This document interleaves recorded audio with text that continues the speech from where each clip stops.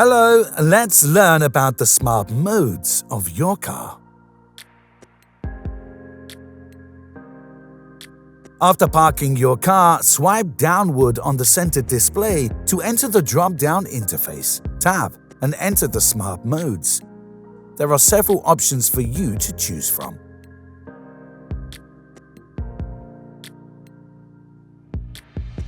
Select the entertainment mode. You can set the duration of the entertainment mode up to 8 hours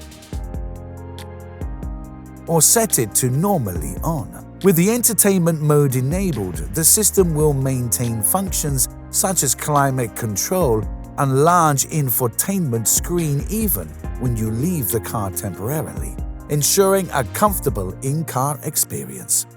You can also use any non-driving functions in the car as usual. When you need to maximize power savings, you can choose the Eco Plus mode. After this mode is turned on, the system will turn off the climate control, ambient light, seat heating, and seat ventilation if equipped, and other power-consuming functions while maintaining normal driving functions so as to maximize your power savings.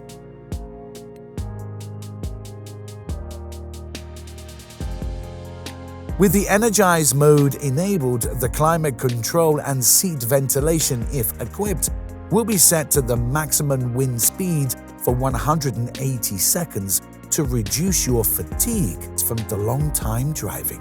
You can also turn on the Fatigue Driving Association. After enabling, the Energize mode will be triggered automatically when fatigue driving is detected.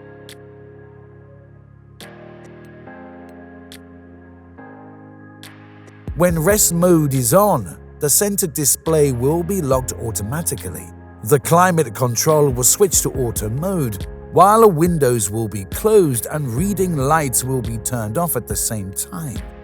The seat will be adjusted automatically to a comfortable position to provide a comfortable resting environment in your car. You can also set the alarm clock as needed.